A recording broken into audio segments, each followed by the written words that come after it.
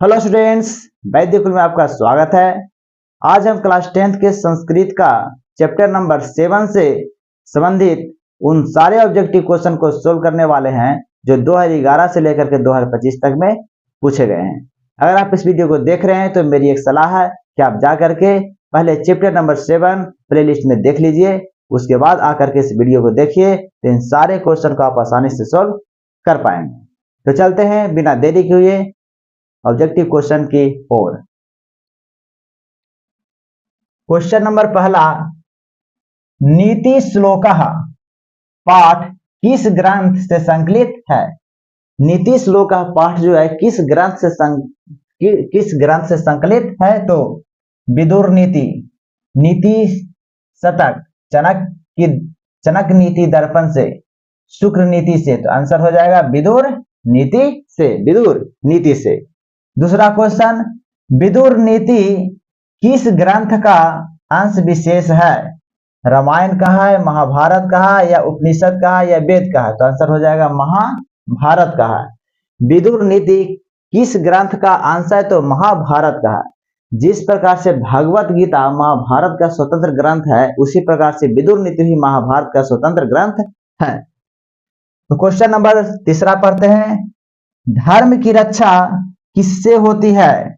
तो धर्म की रक्षा सत्य से होती है। किससे होती है? सत्य से होती है। क्वेश्चन नंबर 4, विनय किसको मारता है? विनय है जो किसको मारता है? तो अपयश को, यानी अकीर्ति को। अकीर्ति मतलब बदनामी होता है या अपयश होता है। तो अकीर्ति, तो विनय है जो किसको मारता है? अकीर्ति को मारता है, अकीर्ति को मारता है। अगला क्वेश्चन, नर्क के द्वार कितने प्रकार के हैं जिनसे व्यक्ति का नाश होता है?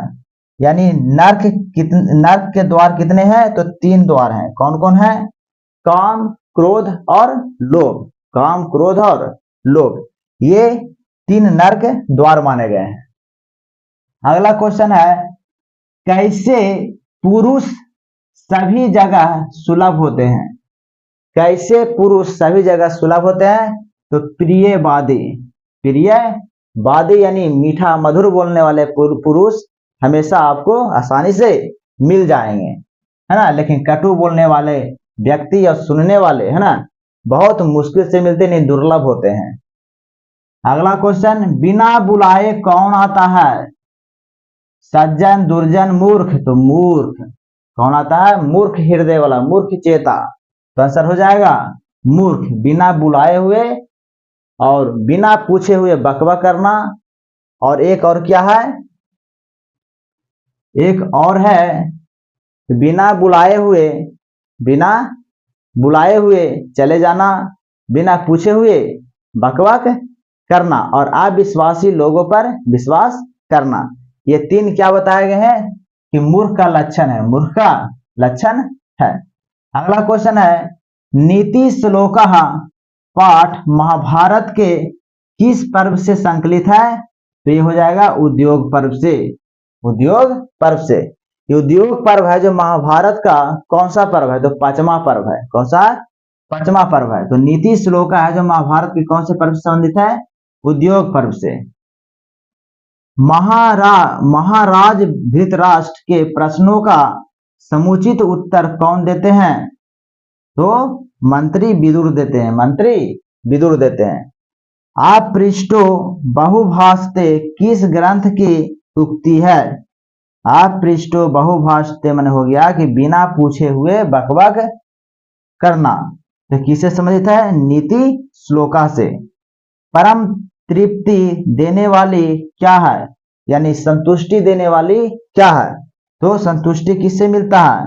तो विद्या से मिलता है। किससे मिलता है? विद्या से मिलता है।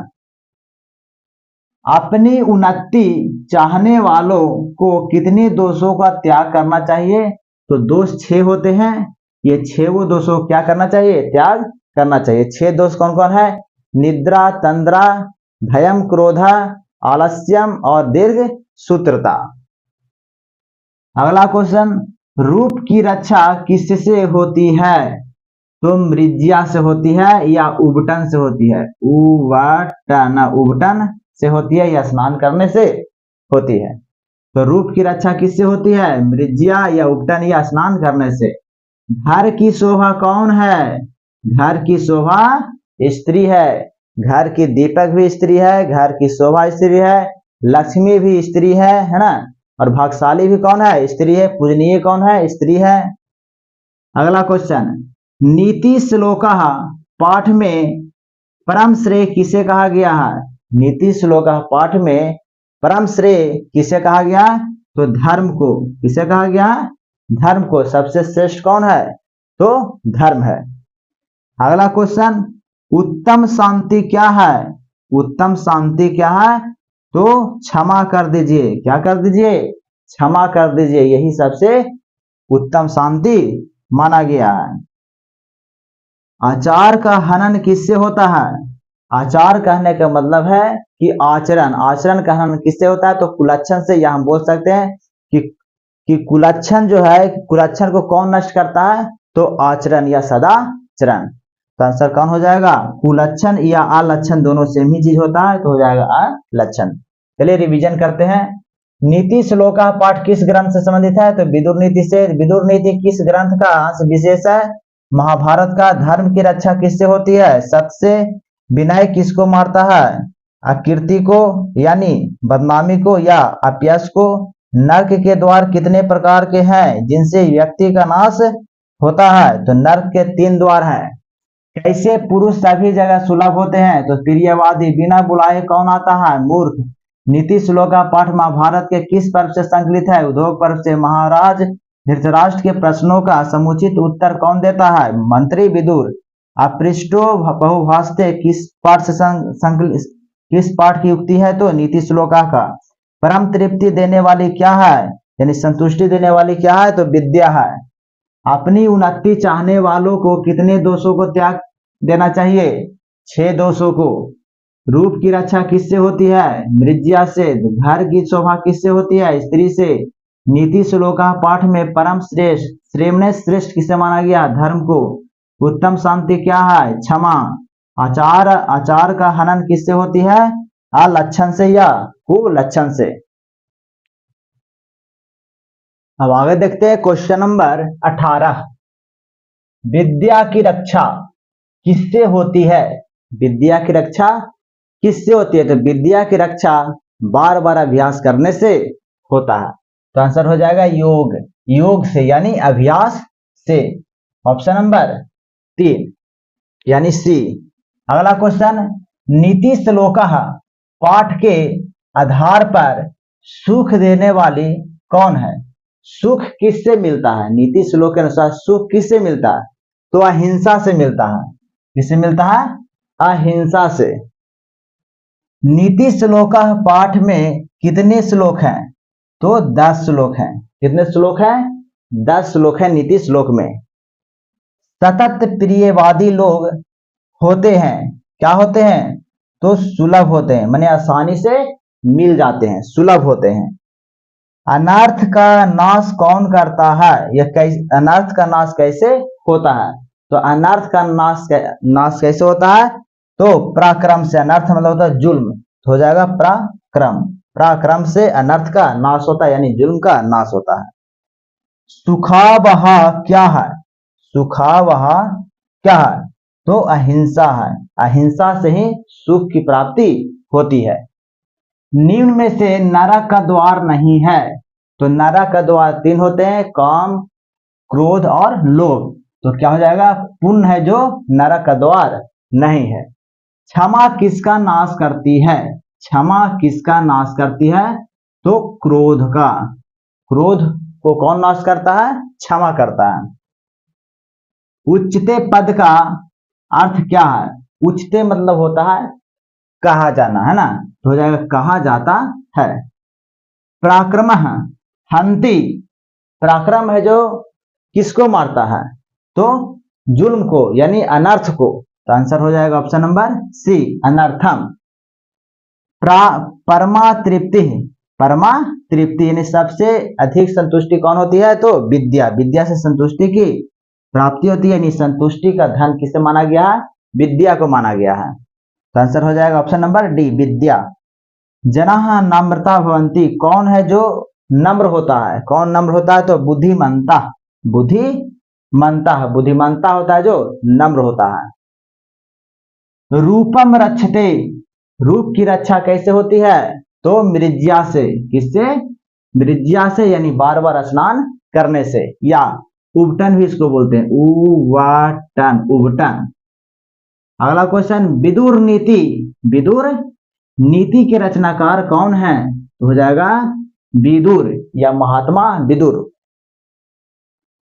काम, क्रोध और लोभ किसके द्वार हैं? तो नरक के द्वार हैं। आचार यानी सदाचार या आचरण, हंति किसको नाश करता है? तो कुलक्षण को, यानी आलक्षण को, लक्षण को, आलक्षण को नाश कौन करता है? तो आचार यानी आचरण, यानी सदाचरण। इसको रिपीट करते हैं, विद्या की रक्षा किससे होती है? योग से, यानी बार बार अभ्यास से। नीति श्लोक पाठ के आधार पर सुख देने वाली कौन है? तो अहिंसा। कौन है? अहिंसा। नीति श्लोक पाठ में कितने श्लोक हैं? 10 श्लोक हैं। सतत प्रियवादी लोग होते हैं, सुलभ होते हैं। अनर्थ का नाश कैसे होता है?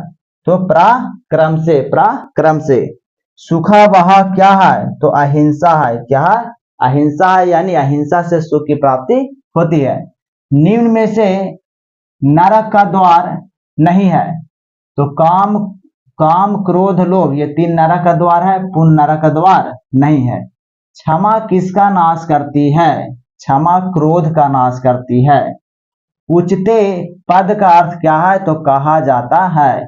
पराक्रम हंति, पराक्रम किसको नष्ट करता है या नाश करता है? तो अनर्थ को, अनर्थ को। परमा तृप्ति, संतुष्टि का धन कौन है? तो विद्या।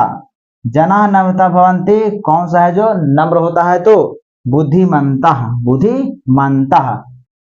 रूपम रक्षते, रूप की रक्षा कैसे होती है? मृज्या से। किससे? मृज्या से, यानी उबटन से या बार बार अभ्यास, सॉरी स्नान से, है ना, स्नान से। विदुर नीति के रचनाकार कौन है? विदुर। काम, क्रोध, लोभ किसके द्वार है? तो नरक का द्वार है।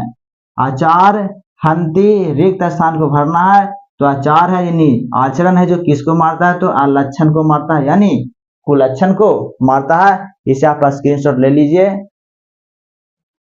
उम्मीद करता हूं कि जितने भी ऑब्जेक्टिव क्वेश्चन आज बताए हैं उन सारे ऑब्जेक्टिव क्वेश्चन को आप समझ गए होंगे और याद भी हो गया होगा। इस वीडियो को देखने के लिए थैंक यू, धन्यवाद। मिलते हैं नेक्स्ट वीडियो में नए टॉपिक के साथ।